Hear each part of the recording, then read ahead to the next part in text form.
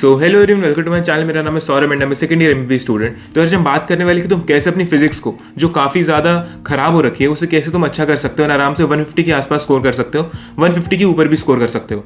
अब देखो, जो भी स्ट्रैटेजीज मैं बताने वाला हूँ या जो भी टिप्स मैं तुम्हें बताने वाला हूँ वो मैंने खुद भी यूज़ की थी। एंड जो मैं तुम्हें बताऊंगा वो खुद से टेस्टेड होंगी, सेल्फ टेस्टेड होंगी, एंड वो मैं तुम्हें बताने वाला हूँ। अब देखो, तुम में से ज़्यादा लोगों की प्रॉब्लम यही होती है कि तुम मॉक टेस्ट में ना फिजिक्स को अटेम्प्ट ही नहीं करते हो। मेरे पास डीएम्स आते हैं, मैसेजेस आते हैं कि भैया हम ना बस बायो अटेम्प्ट करते हैं, केमिस्ट्री अटेम्प्ट करते हैं एंड फिजिक्स को छोड़ देते हैं। एंड आई नो कि तुम्हारी मेंटालिटी ये होगी कि अगर हम अभी बायो अटेम्प्ट करके ही 250 260 मार्क्स लेके आ रहे हैं और हमने फिजिक्स और केमिस्ट्री भी अटेम्प्ट कर ली तो हमारे कितने मार्क्स आ जाएंगे एंड सिलेक्शन तो पक्का है। बट ऑनेस्टली टेलिंग, वो दिन आता नहीं तुम जहाँ पर अटेम्प्ट कर रहे होते हो सारे सब्जेक्ट्स। तो ये गलती बिल्कुल भी मत करना। तुम इससे काफ़ी लोग ये गलती कर रहे होंगे, आई नो। एंड मैंने 11th में गलतियाँ की थी। तो ये गलती मत करना कि तुम सिर्फ बायो अटेम्प्ट कर रहे हो एंड फिजिक्स और केमिस्ट्री को छोड़ रहे हो, क्योंकि फिजिक्स ही तुम्हारी रैंक लेकर आएगी। बायो और केमिस्ट्री तुम्हारा सिलेक्शन करवा देगी लेकिन फिजिक्स तुम्हारी रैंक लेकर आएगी। अब हमें फिजिक्स को स्ट्रॉन्ग तो करना है, लेकिन हमें पहले ये देखना पड़ेगा कि हमारे मोस्ट इंपॉर्टेंट चैप्टर कौन कौन से हैं। इंपॉर्टेंट सारे चैप्टर है यार, and we can not miss any of the chapters, क्योंकि अब 2024 में तुमने देख लिया होगा कितनी हाई रैंक इन्फ्लेशन थी एंड मार्क्स कितने ज़्यादा बच्चों के आ रहे थे। तो तुम्हें सारे चैप्टर्स करने इंपॉर्टेंट है। तुम इस टाइम पर कोई भी चैप्टर को छोड़ नहीं सकते हो। तो I tell you the most important chapters जो तुम्हें प्रायोरिटी में कंप्लीट करना है। देखो, पहला हमारा आता है, सबसे ईजी से स्टार्ट करते हैं, that will be unit and dimensions, जिसमें से 2024 में 3 क्वेश्चन पूछे गए थे। एंड देन सेमीकंडक्टर, जिसमें से 4 क्वेश्चन पूछे गए थे। एंड करंट इलेक्ट्रिसिटी से 3 क्वेश्चन पूछे गए। एंड फ्रॉम इलेक्ट्रोस्टैटिक्स से 4 क्वेश्चन, लाइक 4 क्वेश्चन पूछे गए थे इलेक्ट्रोस्टैटिक्स से, तो काफ़ी इंपॉर्टेंट है। ग्रेविटेशन से 2 क्वेश्चन थे। Ray optics and wave optics से भी 2 क्वेश्चन थे, लाइक रे ऑप्टिक्स से 2 क्वेश्चन एंड वेव ऑप्टिक्स से 2 क्वेश्चन। अब हमारे आगे के चैप्टर से उन पर चलते हैं। देखो, मैग्नेटिक इफेक्ट एंड मैग्नेटिज्म से 4 क्वेश्चन पूछे जाते हैं नॉर्मली, लाइक इससे 3-4 क्वेश्चन पूछे जाते हैं हर साल। एसी से 2 क्वेश्चन, ईएमआई से 2 क्वेश्चन एंड ईएम वेव से 1 question. And also from dual nature से तुम्हारे 2 क्वेश्चन पूछे गए थे। एंड एटम न्यूक्लियस से 3 क्वेश्चन थे। And then we come to the other chapters जो हमारे होते हैं, जैसे केटीजी हो गया, उससे एक क्वेश्चन पूछा गया था। वर्क पावर एनर्जी से 2 क्वेश्चन पूछे गए थे in 2024। And in laws of motion से 2 क्वेश्चन पूछे गए थे। एंड रोटेशन मोशन से भी 2 क्वेश्चन पूछे गए थे। एंड हमारे जो और चैप्टर्स आते हैं वो है कि ऑसिलेशन एंड वेव से 2 क्वेश्चन पूछे गए थे in 2024। And solids and fluid से 4 क्वेश्चन पूछे गए थे। एक नहीं, 4 क्वेश्चन पूछे गए थे, 4 क्वेश्चन। काइनेमैटिक्स से 1 क्वेश्चन था। एंड प्रैक्टिकल जो हमारी होती है फिजिक्स, उससे 1 क्वेश्चन पूछा गया था। तो तुम्हारे 4 मार्क्स प्रैक्टिकल वाले से आते हैं। तो ये सारी चीज़ें तुम्हें ध्यान में रखनी। अब देखो, आगे बढ़ने से पहले मैं तुम सारे लोग को, सारे जो भी ये वीडियोस देख रहे हैं, उनको मैं 5 कैटेगरी में डिवाइड करने वाला हूँ। एंड यू विल एग्री कि तुम इन 5 कैटेगरी में कहीं ना कहीं फॉल करते हो। देखो, कैटेगरी 1 है जिन्होंने सब सिलेबस कंप्लीट कर रखा है एंड वो काफ़ी उनकी प्रिपरेशन अच्छी चल रही है, वो होती है कैटेगरी 1। कैटेगरी 2 होती है जिनकी मॉडरेट प्रिपरेशन चल रही है एंड उन्होंने ज़्यादातर सिलेबस तो कंप्लीट कर लिया है, लेकिन वो अभी तो कॉन्फिडेंट नहीं है क्योंकि उन्हें रिविजन एंड मॉक टेस्ट वगैरह नहीं दिए हैं। हमारी 3rd कैटेगरी आती है वो बच्चे जिन्होंने अभी स्टार्ट किया, रिसेंटली अपनी प्रिपरेशन को स्टार्ट किया है एंड वो काफ़ी ज़्यादा एंशियस हो जाते हैं, काफ़ी स्ट्रगल कर रहे हैं कैचअप करने के लिए।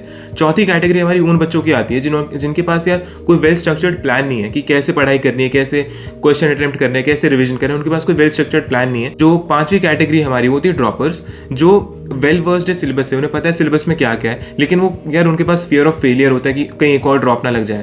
तो ये हमारी 5 कैटेगरी होती है। एंड अगर तुम लास्ट की 4 कैटेगरीज में फॉल कर रहे हो तो उसमें तुम्हारी मदद करेगा मेमोनीट, जिन्होंने लास्ट 4 मंथ्स प्लान रिलीज किया है तुम्हारी पढ़ाई के लिए। इसमें तुम्हें एक प्रॉपर स्टडी प्लान मिलेगा, ब्रह्मास्त्र टेस्ट सीरीज भी मिलेगी एंड बहुत सारे और भी फीचर्स है जो आगे वीडियो में बताने वाला हूँ। इसमें तुम्हें टोटल 36 टेस्ट मिलेंगे, 26 part syllabus test and 10 full syllabus test. And ये सारे टेस्ट जो होंगे वो प्लानर के हिसाब से ही होंगे। एंड कैसे उस प्लानर को तुम्हें यूज करना है एंड कैसे वो डिजाइन है, चलो मैं तुम्हें बताता हूँ। अब देखो, तुम्हारे पास एक ऐसा प्लानर होगा, Brahmastra new year resolution plan and time table, and this is the most realistic plan of 4 month for NEET 2025।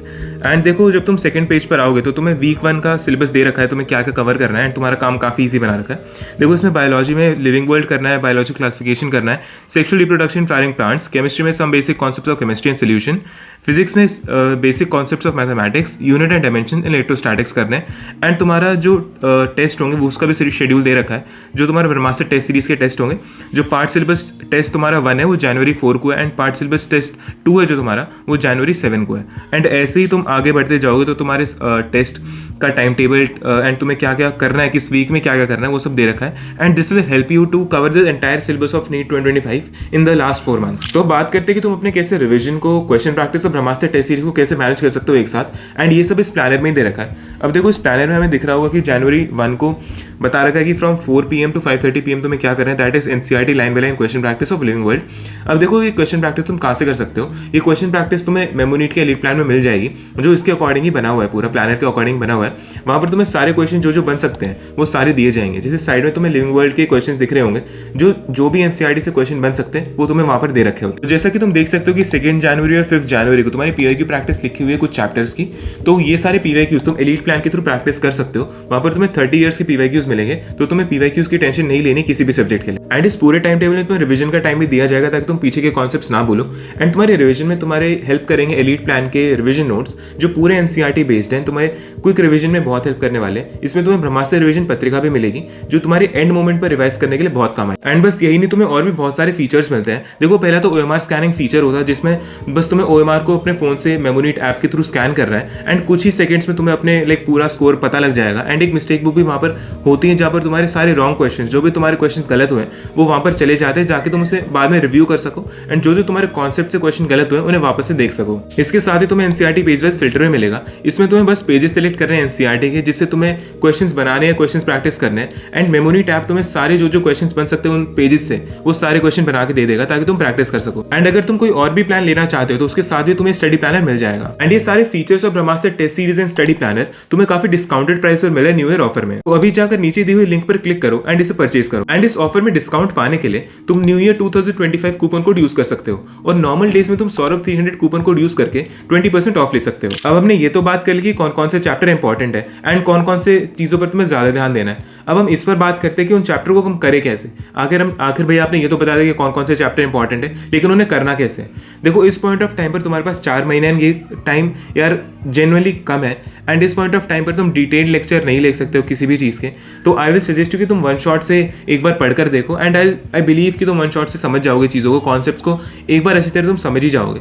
तो वन शॉट पर तुम रिलाई कर सकते हो। इस पॉइंट ऑफ टाइम पर तुम्हें काफ़ी वन शॉट मिल जाएंगे, हर जगह मिल जाएंगे, तो तुम वहाँ से वन शॉट लेक्चर ले सकते हो। एंड एक और चीज़ तुम्हें जो ध्यान में रखनी है वो है कि साथ साथ तुम्हें नोट्स भी बनाने हैं। वहाँ पर तुम्हें बोल दिया जाएगा कि नोट्स लिंक में अवेलेबल है या जहाँ पर भी अवेलेबल है, लेकिन तुम्हें ऑनलाइन नोट्स पर रिलाई नहीं करना है। वो बस तुम्हारे लिए एक ऑल्टरनेटिव है, ना कि तुम्हें उसको मेन चीज़ लेकर चलना है। तुम्हें खुद के नोट्स बनाने, क्योंकि एंड में वही काम आते हैं। क्योंकि कुछ चीज़ें होती है जो तुम अपने फॉर्मेट या अपने तरीके से लिखते हो एंड वो एंड में तुम्हें ही समझ आती है। तो अपने नोट्स खुद बनाओ एंड उन नोट्स को बार बार रिवाइज करना है। जब तुम लेक्चर ले लो वन शॉट वाला है, जो भी कोई लेक्चर ले रहे हो तुम, उसके बाद तुम्हें नोट्स को रिवाइज करना है। एंड ये नहीं करना कि नोट्स रिवाइज करके बस छोड़ देना है, उसके बाद तुम्हें क्वेश्चन प्रैक्टिस करनी है। अब देखो क्वेश्चन प्रैक्टिस की बात करें तो तुम बोलोगे भैया हम कितने क्वेश्चन प्रैक्टिस करें, 700 600 कितने करें हम क्वेश्चन प्रैक्टिस। देखो आई से कि इस पॉइंट ऑफ टाइम पर तुम्हें सिलेबस कंप्लीशन पर ज़्यादा ध्यान देना पड़ेगा एंड उसके लिए हमें थोड़ा सा हल्की सी कम करने की पड़ेगी क्वेश्चन प्रैक्टिस। जैसे लाइक हर एक चैप्टर के तुम 60-70 क्वेश्चन तो मिनिमम करके ही चलो, क्योंकि उससे कम अगर तुम करोगे तो कुछ कॉन्सेप्ट रह जाते हैं। जैसे for example laws of motion chapter है, ये पूरी मैकेनिक्स है, उसके तुम हर एक चैप्टर के अगर 60-70 क्वेश्चन करके चल रहे हो तो फेयर इनफ लाइक क्वांटिटी है। अगर तुम 10-15 क्वेश्चन कर रहे हो तो यार बहुत कम लाइक वो क्वेश्चन का नंबर है। तो क्वेश्चन 60-70 लेके चलो एंड उसके बाद पीवाईक्यूज करो, क्योंकि पीवाईक्यूज का लाइक क्या सीन होता है कि पीवाईक्यूज करने के बाद तुम्हें थोड़ा कॉन्फिडेंस फील होता है एंड वो कॉन्फिडेंस ही तुम्हारे प्रिपरेशन को और अच्छा करता है। तो पीवाईक्यूज तो करने ही करने एंड उसके साथ साथ तुम्हें क्वेश्चन भी प्रैक्टिस करनी है। अब मुझे पता है कि तुम्हारी मेजर प्रॉब्लम ये आएगी कि भैया हम क्वेश्चन प्रैक्टिस करते हैं लेकिन क्वेश्चन हमसे होते नहीं है। मेरे पास बहुत सारे ऐसे कॉमेंट्स आते हैं एंड ऐसे डीएम्स आते हैं कि भैया क्वेश्चन प्रैक्टिस हम करते हैं लेकिन क्वेश्चन होते ही नहीं, इवन तो हमने पूरे नोट्स पढ़ लिए होते, पूरे लेक्चर ले लिए होते हैं। तो इसका हम क्या करें। देखो मेरा यही एक सजेशन रहता है कि मेरे साथ होता था 11th में ऐसे होता था एंड मुझे 12th में आकर पता चला कि how to approach this whole thing. उसको ऐसे अप्रोच करते हैं कि पहले एक बार नोट्स वापस से पढ़ो, फॉर्मूला अच्छी तरह एक बार याद रखो। जब तक फॉर्मूला याद नहीं होगा ना, तुम अगर क्वेश्चन कितना भी ईजी हो तुम कर ही नहीं पाओगे। तो फॉर्मूला पहले याद रखना है, देन एग्जाम्पल से शुरू करना है। जो तुम्हारे एग्जाम्पल्स मॉड्यूल से कहीं भी तुम जहाँ से क्वेश्चन प्रैक्टिस कर रहे हो, एग्जाम्पल्स ऑब्वियसली दिए होते हैं या उसके सोल्यूशंस दे रखे होते हैं। तो जब तुम एग्जाम्पल्स कर रहे हो तो एक बार पूरे अच्छी तरह क्वेश्चन को पढ़ो, समझो, खुद से एक बार ट्राई करो। अगर नहीं हो रहा तो एग्जाम्पल का सोल्यूशन देखो जो काफ़ी डिटेल्ड होता है। उसको करने के बाद, एग्जाम्पल सारे करने के बाद मूव ऑन टू द जो मेन क्वेश्चन होते हैं उन पार्ट पर जाओ। अब सीधा हार्ड से शुरू कर दिया तो तुम्हारा मोटिवेशन लेवल पहले पे ही ब्रेक हो जाएगा। तो हार्ड से शुरू नहीं करना है, अपने को इजी, मीडियम, देन हार्ड पर जाना है। इजी एक बार अच्छी तरह होने लग गए तो कॉन्फिडेंस आएगा तो मीडियम भी हो जाएंगे, मीडियम अच्छी तरह होने लग गए तो हार्ड भी हो जाएंगे। तो ऐसे इस क्रोनोलॉजी में तुम्हें बढ़ना है। फिजिक्स की बात कर रहे तो मैं टाइम मैनेजमेंट की बात करनी पड़ेगी, क्योंकि हम पूरे नीट के एग्जाम में, मैं अपना एक्सपीरियंस बता रहा हूँ, मेरे साथ क्या हुआ था कि मैंने बायो जल्दी कंप्लीट कर ली थी, फिर केमिस्ट्री भी मैंने टाइम से कंप्लीट कर ली थी, एंड फिजिक्स के पास लाइक 90 मिनट्स मैंने छोड़ दिए थे। तो ये टाइम मैनेजमेंट अगर तुम सीख गए ना तो तुम्हारे लिए काफ़ी ईजी हो जाएगा।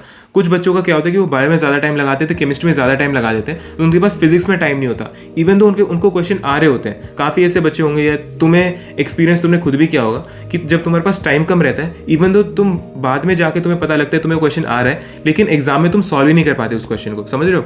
तो टाइम मैनेजमेंट तुम्हें सीखना पड़ेगा। बायो को जल्दी करो एंड केमिस्ट्री को जल्दी करो, ट्राई लाइक खत्म करने का, एंड देन उसके बाद तुम फिजिक्स पर आओ। जब तुम फिजिक्स पर आओगे तो तुम्हारे पास कम से कम यार 90 मिनट्स होने ही चाहिए। बंदा कितना भी टॉपर हो, उसके पास मिनिमम 1 घंटा वो बचा के रखता है, एंड आई विल से कि तुम 90 मिनट्स बचा के रखो, because I am like the same age you.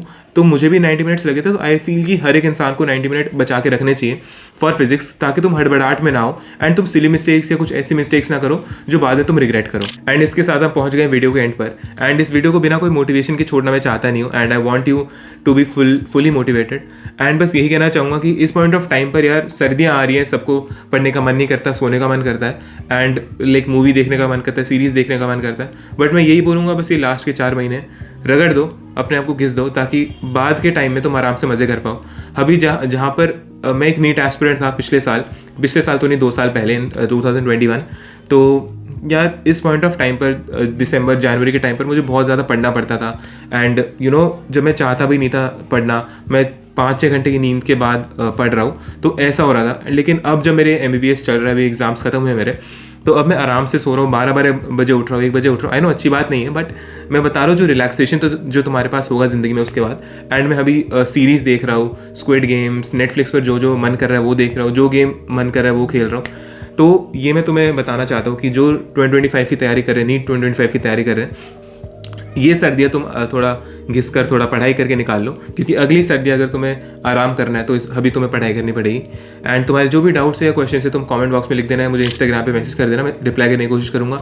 So keep hustling and keep studying. Good bye.